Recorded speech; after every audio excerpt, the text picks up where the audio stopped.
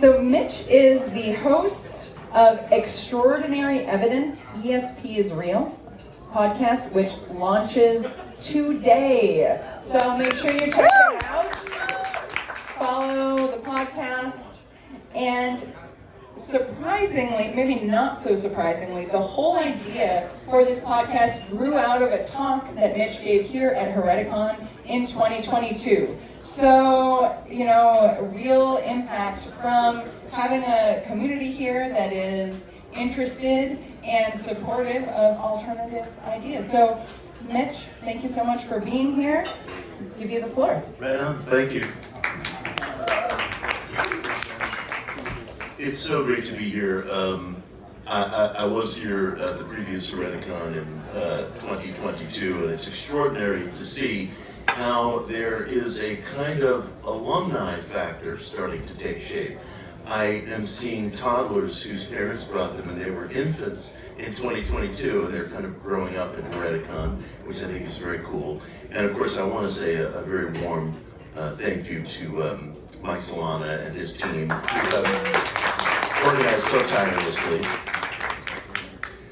The title of this talk is Magick for Non-Believers, and I am a historian of the occult, the esoteric, the alternative in spirituality. I define spirituality very simply as extra physicality. And I classify myself as a believing historian. I'm a participant in the movements that I chronicle, both historically and practically. And most scholars are afraid of disclosing their affinities or beliefs because they think it'll make them look somehow prejudiced or subjective, which is ridiculous because we all come to subjects with a point of view, wanting to attain something. And frankly, I think being a believing historian is very helpful to me because it permits me to place myself at the center of many of the movements that I write about, magical, occult, esoteric, sometimes things that might be considered fringe in American life, but that bring great succor to certain communities of people. And when you're in it as a participant, when you have skin in the game, you are able to see the gap between the ideals and the reality of the movement, the gap between the badges that people claim to wear and the lives that they actually lead during the most quotidian hours of the week. It's very helpful. It hasn't dented my belief in the ineffable, it's strengthened it, because my approach is one of absolute pragmatism. I look at results and only results.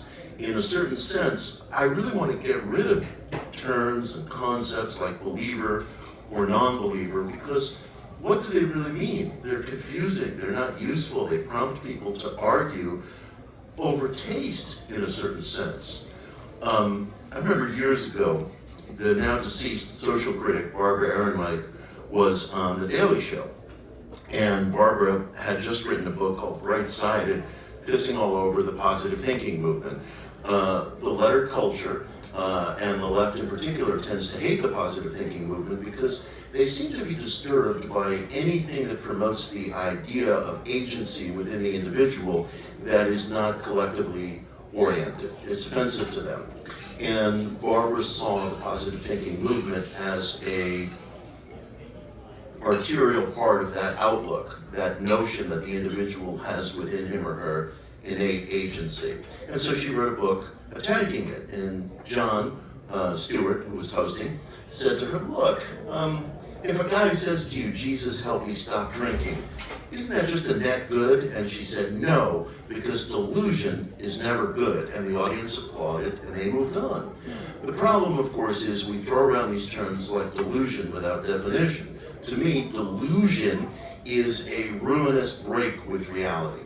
If you can't show me the results from that, if you can't show me some disastrously depleting behavior, but in fact the behavior might be good, might be something desirable. If a person wants to stop drinking, if a person wants more money, if a person wants a certain romantic partner, if a person wants to strengthen his or her self-image, if those things are happening, then where's the delusion? We're just arguing over taste. It's banal. It's like saying, the Beatles sucked because I don't like rock and roll. And it just doesn't make any sense. There's nothing there to really have an exchange about. So, and in effect, I think Peter was making some allusion to this, albeit in a different way, in his talk this morning, when he was talking about these perceived differences between a theist and atheist. William James, the American philosopher, used to say, if you knew somehow that the world was going to end in 1 hour, what would it matter if you were a proclaimed atheist or if you're a proclaimed believer? Would it affect your behavior? Would it change anything? And if not, then are these categories just so much fluff? They leave us really nothing to consider, nothing to work with. So I titled this talk Magic for Nonbelievers, obviously putting a challenge out there that I can present something to you that's practical and real and useful, which I'm going to do. But my ultimate wish is to dispense with these concepts altogether, but one step at a time. That'll be Hereticon II. And I'm going to give you 2 very practical exercises. And I know that virtually everyone in this room will use these exercises because they are pleasurable, they are exquisitely private, and I take people's privacy very seriously. I don't really like to participate very much in congregational spirituality. It's not for me. I detest the forced intimacies on the New Age scene, and I really believe in leaving people to their own devices. So these things are exquisitely private, they're pleasurable, and they will bring you results. I feel absolutely certain of that because they've brought me results, and I can't fathom that any one life is exclusive. I think you're going to find something. It struck me in recently writing a book on the history of magic that definition. Before I continue with the word magic, I should define it.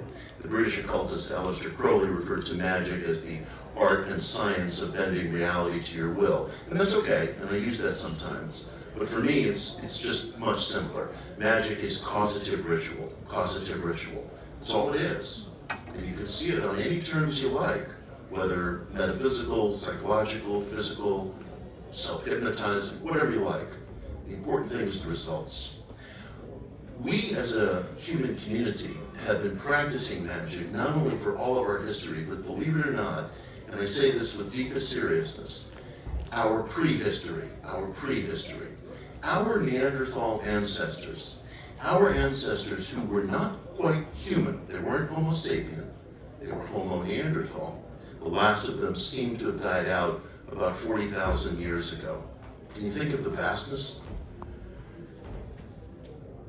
We have found in excavation sites where dwellings of Neanderthal men and women have been unearthed, we have found talismans that were believed to be used to help with hunting. It might be an eagle talon, it might be a bear claw, and dig this, we have found hundreds of statues, hundreds of them, which weren't discovered until the mid-19th century, called Venus figurines. Obviously that's a modern name that was given to these things.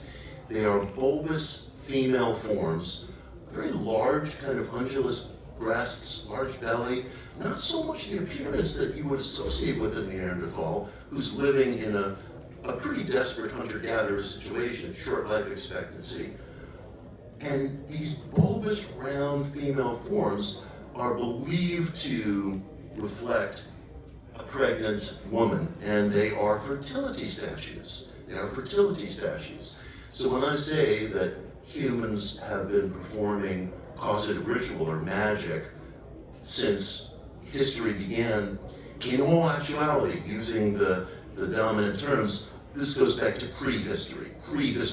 These are our closest ancestors. We might take seriously that lineage. Now, of course, some of my rejectionist friends would say, big deal, it just shows that, Neanderthal, Homo sapien, whatever, gullibility is a millennia-old human trait. Yeah, well, maybe, but why don't we test it? Why don't we test it today? So on to the exercises. I came to feel, as I was writing on the history of magic, the one quality present And the one quality that you found, literally going back to pre-antiquity with these fertility statues, up through Aleister Crowley's sex magic, late 19th, early 20th century, is you find the presence of sexuality. You find the presence of a channeled sexuality. And different terms and phrases that have been used over centuries have often masked that fact a little. Franz Anton Mesmer, an occult healer, just before the French Revolution, used the term animal magnetism. Arthur Schopenhauer used the term light of speculative thought. Bulwer Lytton used the term vril.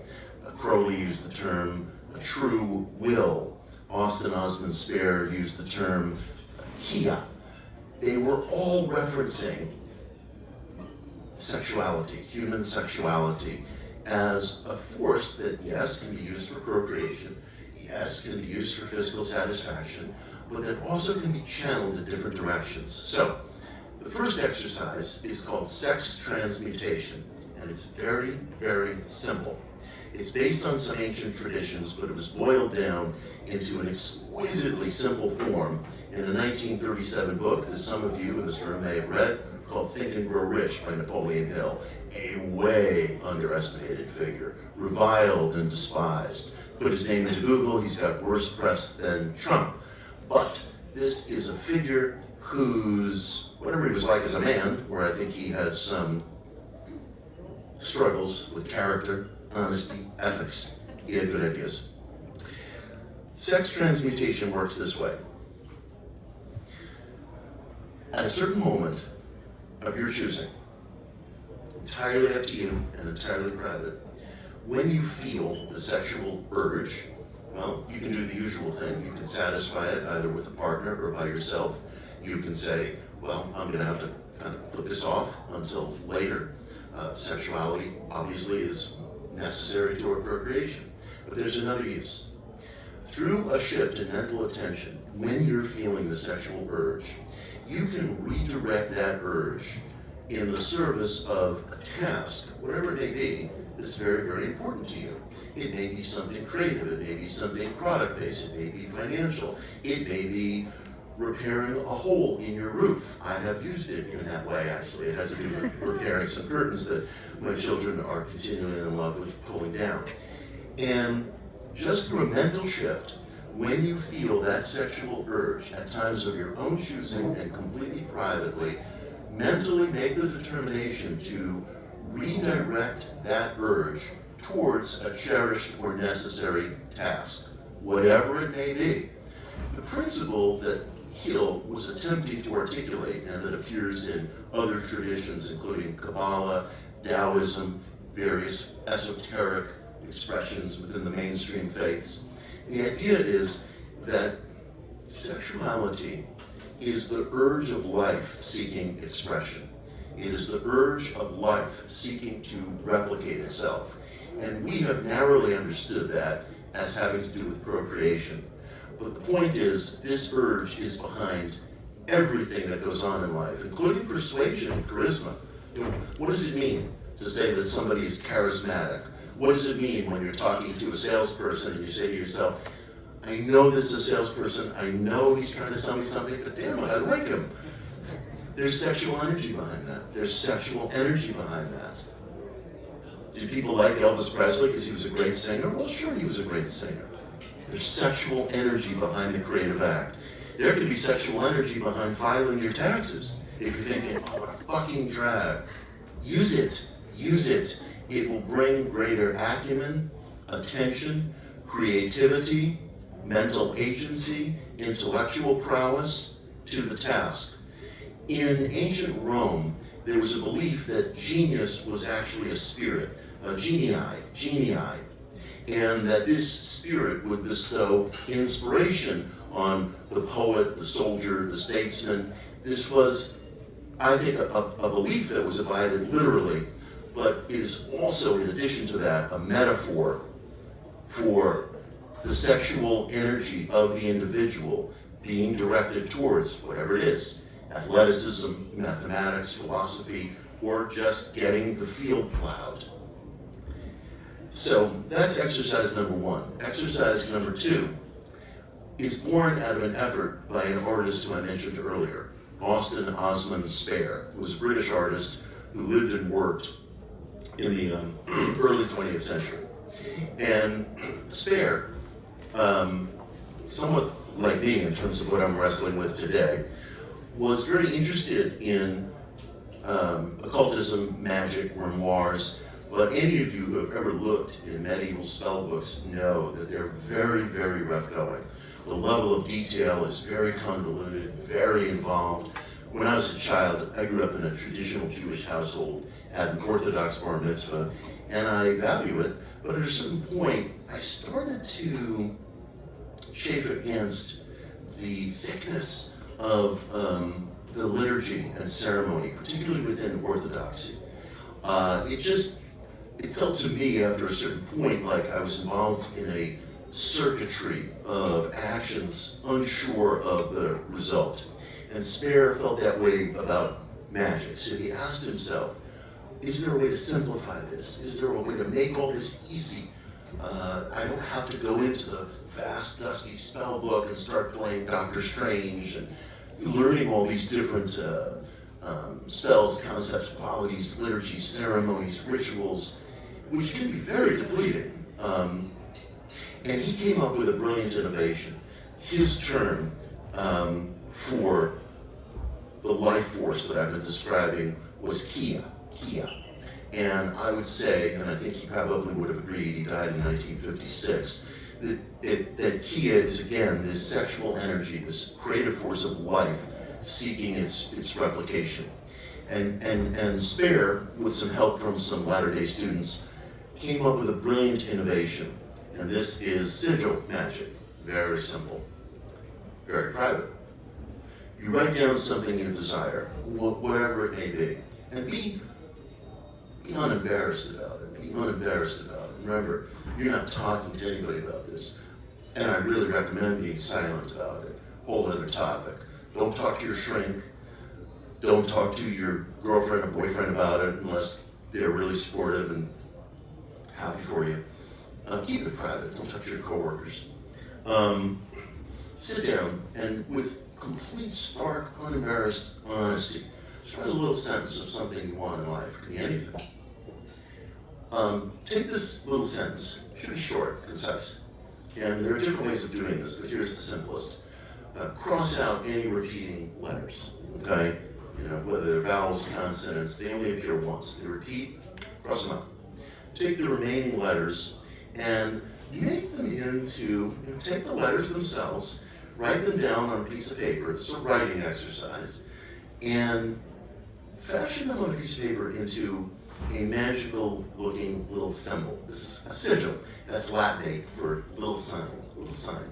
So let's say you got 10 letters, A, E, I, O, U. Assemble them into something that looks to you kind of abstract, symbolic, magical, occulty. It's a thought form. It's a thought form on a piece of paper. And already something has changed in your life because this thing that you have tactilely written down on a piece of paper creates something there, however nascent, however particulate. It creates something that wasn't there before. And then, so the literature goes, you bring yourself to ecstasy over this little symbol, which essentially means jerking off. So, to use the technical term.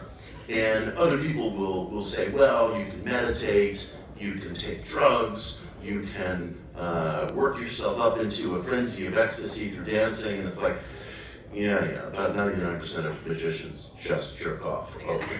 So, you bring yourself to ecstasy over this little symbol, which represents this wish, and that's it. You let it go. You let it go. You put it away in a box. You can throw it out. You can do whatever you want. And watch very, very carefully. Watch very, very carefully for the arrival of the thing you want. Because when it comes, it may come in a way that is so ordinary that you're apt not to pay attention to it, or that is so unusual in terms of your expectations, because we all have a mind's eye expectation of how something's going to arrive. it may arrive in a way that's enormously different from what you're primed to expect, or it may arrive in a way that is so ordinary that you're apt to look the other way at it. I have bounding examples in my own life, and many of them, for me, you may be different, because sometimes you may experience the result right away, but many of them, for me, occur after a kind of bridge of interval. There can be an interval, and then sometimes I'll be absolutely shocked with the realization that the very thing I wanted, the very thing I charged this sigil for, the very thing I wrote down has come to me. But it may come in a very deceptively simple way or in a very deceptively weird way. Why does it work?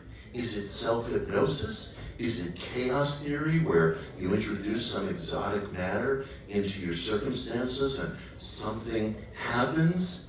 Is it perhaps related to some extra-physical form of communication that we share with one another? Maybe. We're sending out signals all the time, asking people to maybe meet us halfway, help us with something. I don't know. I'm working with all these ideas, and I'm interested in all these ideas. But our purpose is that these things work. They are results-based, and they involve sexuality. That springboard that is really behind and at the heart of every magical operation and ceremony. So first, sex transmutation through a redirection of thought doesn't involve abstaining from sex, doesn't involve anything like renouncing sex, not at all. It's just at a time of your place and choosing, redirecting that urge towards a cherished task. And sigil work. You write your sentence, you cross out the repeating letters, you fashion it into what seems to you like a meaningful, magical symbol. Make it magical looking, make it a little dramatic, and then bring yourself to ecstasy over it. I've already given you the technical term. Try it. It's private, it's effective, and it's yours. And I thank you all very, very much. We have time for some questions, I think. Is that right? Thank you so much, Mitch. Thank you. I have to say that I've never been so excited to do my taxes in my life. We have time for a few questions.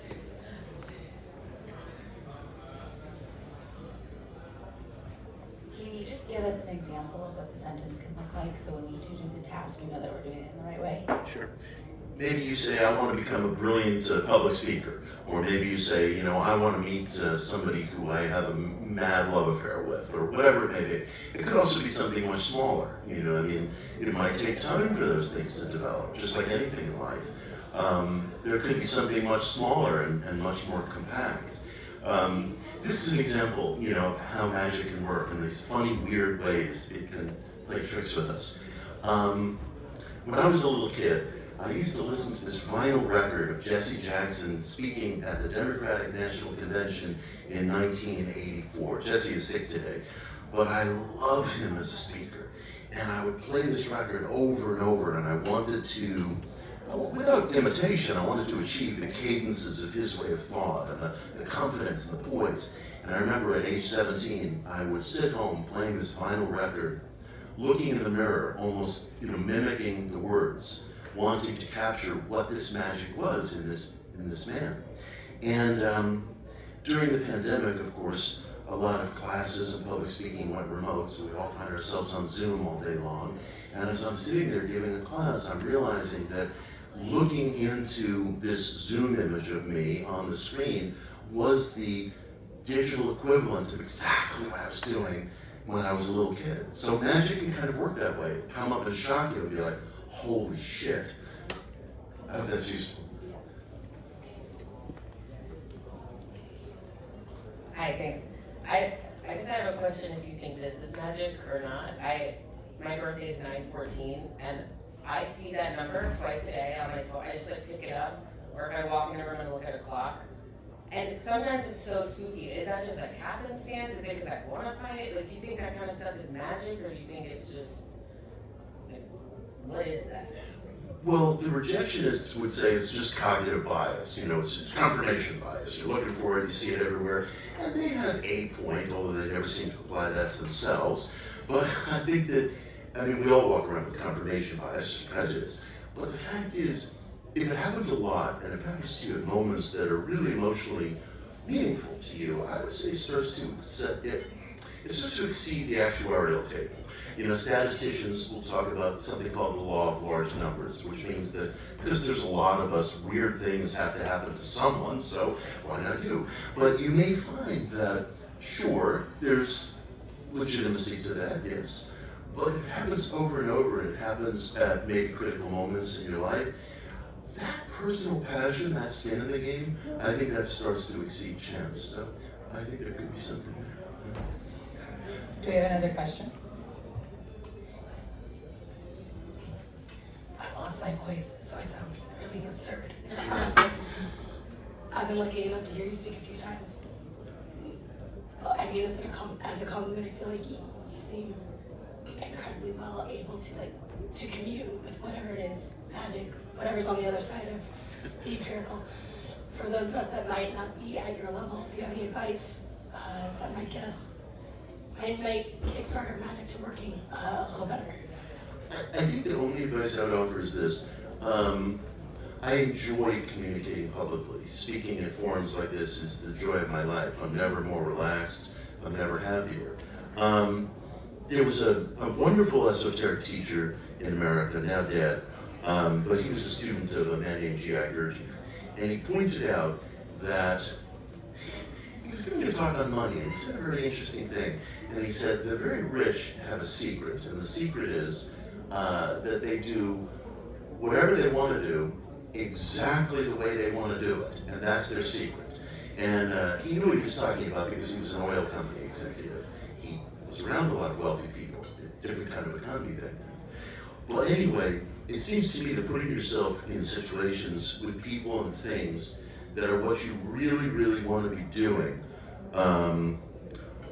all other circumstances or considerations be damned, magic, if I can speak that way, starts to happen because something gets brought out of you when you are around people and experiences that are your safety spot, to use the term that Carlos Castaneda used to use. So I will not be this happy at the airport, you know. But when you're in a peak experience, you perform in a peak way. Great. I have one last question for you, which is, your talk is called Magic for Nonbelievers. So I have to ask, does magic work regardless of whether you're a believer or a non-believer, or do you need to be a believer for it to work? I think it does work because if an individual is really just wanting to try something, I mean, I've offered people 2 experiments. You can do them privately. They're both enjoyable. You'll gain something. Even if a person is an atheist, he or she might say, well, look, you know, I don't know, maybe it's this, maybe it's that, maybe it's chaos theory, maybe. And I think if someone's a hardcore rejectionist, well, then they probably just won't do it. But my assumption is that if people are coming here, even if they don't necessarily perceive themselves as a man or woman of the occult, you know, they're game to try, they're game to experiment, and I think that's the turnkey. Great. Mitch Horowitz, thank you so much.